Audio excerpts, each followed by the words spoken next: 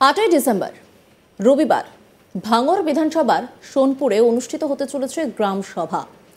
আর তার আগে বৃহস্পতিবার 5 ডিসেম্বর সন্ধ্যায় ভাঙড় হাতিশালায় অনুষ্ঠিত হলো তার প্রস্তুতি সভা। সেই প্রস্তুতি সভায় উপস্থিত ছিলেন ক্যানিং পূর্বের বিধায়ক শওকত মোল্লা এবং উপস্থিত ছিলেন ভাঙড় তৃণমূল কংগ্রেসের একাধিক নেতৃত্ব। প্রস্তুতির সভা থেকে বক্তব্য রাখতে গিয়ে ভাঙড় 2 পঞ্চায়েত সমিতির সভাপতি আরাবুল ইসলামকে নিশানা করলেন শওকত মোল্লা। তিনি নাম না করে বলেন, ঢিল ছুড়লে পাথর খাওয়ার জন্য বাবু তৈরি হয়ে থাকুন। শওকত মোল্লা এদিন বলেন, ভাঙড়ের তৃণমূল কংগ্রেস ঐক্যবদ্ধ রয়েছে, মানুষকে অনেক বোকা বানিয়েছেন, আর বোকা বানানোর চেষ্টা করবেন না। এদিনের সভায় শওকত মোল্লা বলেন, ভাঙড়ের একটা পঞ্চায়েত সমিতির সভাপতি, মোট 30 জন সদস্যের মধ্যে এখন 24 জন তৃণমূলের, বাকি জমি রক্ষা কমিটি ও আইএসএফ এর। এই পর্যায়েতে তৃণমূলের মোট 22 জন একদিকে রয়েছে, উনি একদিকে, 9 জন কর্মাধ্যক্ষ রয়েছে, উনি একা কোনো সিদ্ধান্তই নিতে পারবেন না। ভাঙড়ের তৃণমূল কংগ্রেস ঐক্যবদ্ধ রয়েছে। কি বলছেন শওকত মোল্লা, শোনাব আপনাদের। ছুড়লে কিন্তু পাথর খাওয়ার জন্য বাবু তৈরি হয়ে থাকুন, এটা বলে দিলাম, এটা অনুরোধ করছি। আর ভাঙড় তৃণমূল কংগ্রেস সংঘবদ্ধ, ভাঙড় তৃণমূল কংগ্রেস ঐক্যবদ্ধ, এটাও আমি আজকে বলে গেলাম। যতই চেষ্টা করো খুব বেশি লাভ হবে না। পঞ্চায়েত সমিতি নিয়ে অনেক বড় বড় কথা বলছে, আমি শুনলাম কেউ। মোট 24 জন মেম্বার বর্তমানে আমাদের মোট 30 জন মেম্বার, তাই তো? 30-এর মধ্যে 3 বোধহয় ছিল জমি রক্ষা কমিটি, 5 ছিল আইএসএফ, 22 ছিল আমাদের। জমি রক্ষা কমিটি থেকে একজন, আর আইএসএফ থেকে একজন আসমা আর ওনারে রিন্টু আমাদের দলে যোগদান করেছিল। তাহলে কত হলো? 22 থেকে 24 হলো। পঞ্চায়েত সমিতির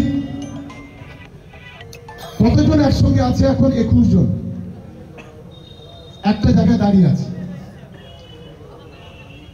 যিনি পঞ্চায়েত সমিতির সভাপতি বলে দাবি করছে তাকে বলি যে একটা সিদ্ধান্ত নিতে পারবেন, মুখে দিয়ে বলুন, 1 টাকা খরচ করার অধিকার আপনার আছে। পঞ্চায়েত সমিতি একটা স্কিম নেওয়ার অধিকার আছে।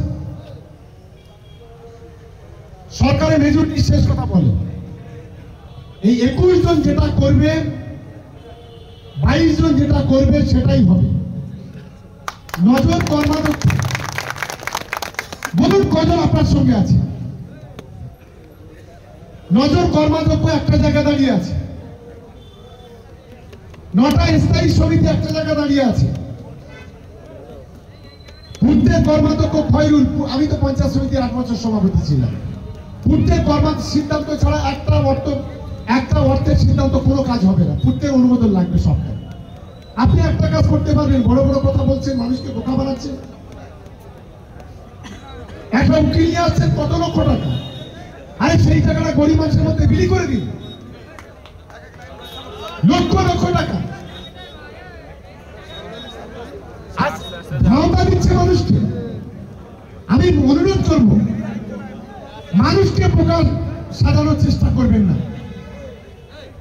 যত আমাদের গাল দেবেন দিন, যত বড় বড় কথা বলবেন বলুন, যত মিথ্যা কুৎসার ওঠাবেন ওঠান,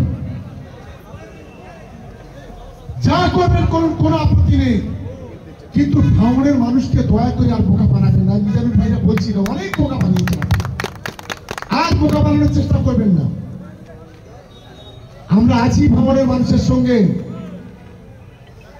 আপনি ওই একে পাননি, ওই দিনের মতো ভালো ছেলেকে পাননি, এটা আপনাকে প্রথমে মাথায় রাখতে হবে।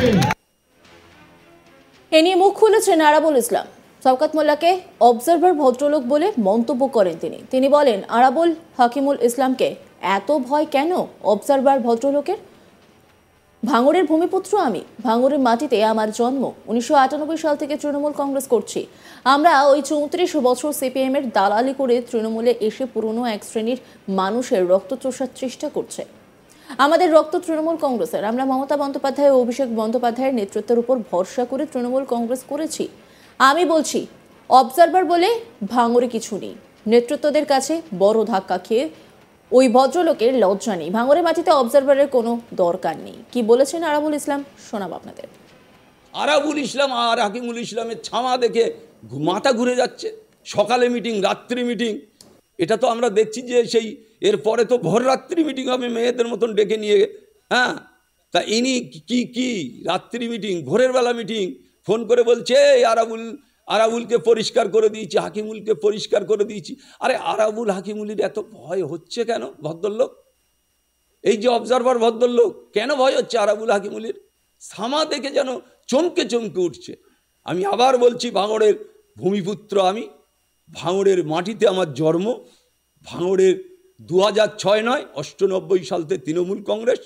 আমরা ওই 26 বছর নয় 34 বছর সিপিএমের দালালি, সিপিএমের হয়ে রক্ত চুষে খেয়েছে। আবার তৃণমূলে এসে তৃণমূলের এক শ্রেণীর পুরনো লোকদের রক্ত খাবার চেষ্টা করছে। তাই আমি ধিক্কার জানাই ওনাকে, ভদ্রলোককে আমি ধিক্কার জানাই। ওই ভদ্রলোকের ওপারের যে কজন যন্ত্র আছে তাদের ধিক্কার জানাই।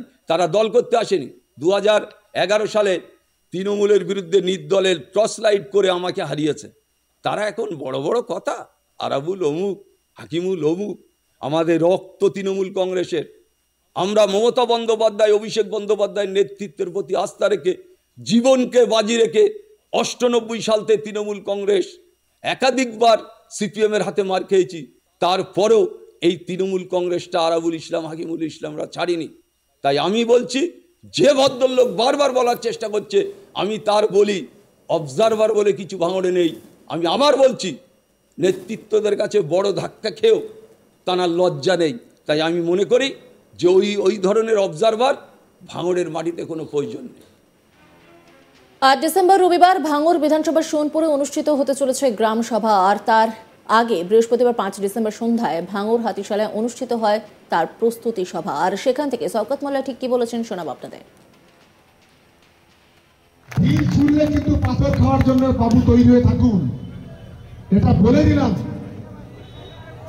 এটা অনুরোধ করছি। আর ভাঙড় তৃণমূল কংগ্রেস সংঘবদ্ধ, ভাঙড় তৃণমূল কংগ্রেস ঐক্যবদ্ধ, এটাও আমি আজকে বলে গেলাম। যতই চেষ্টা করো খুব বেশি লাভ হবে না। পঞ্চায়েত সমিতি নিয়ে অনেক বড় বড় কথা বলছে, আমি শুনলাম কিন্তু মোট 24 জন মেম্বার বর্তমানে আমাদের মোট 30 জন মেম্বার, তাই তো? 30-এর মধ্যে 3 বোধহয় ছিল জমি রক্ষা কমিটি, 5 ছিল আইএসএফ, 22 ছিল আমাদের। জমি রক্ষা কমিটি থেকে একজন, আর আইএসএফ থেকে একজন আসমা আর ওনারে রিন্টু আমাদের দলে যোগদান করেছিল। তাহলে কত হলো? 22 থেকে 24 হলো। পঞ্চায়েত সমিতির কতজন একসঙ্গে আছে এখন? 21 জন। নজর রাখুন আজ তাক বাংলার ইউটিউব স্ট্রিমিংয়ে।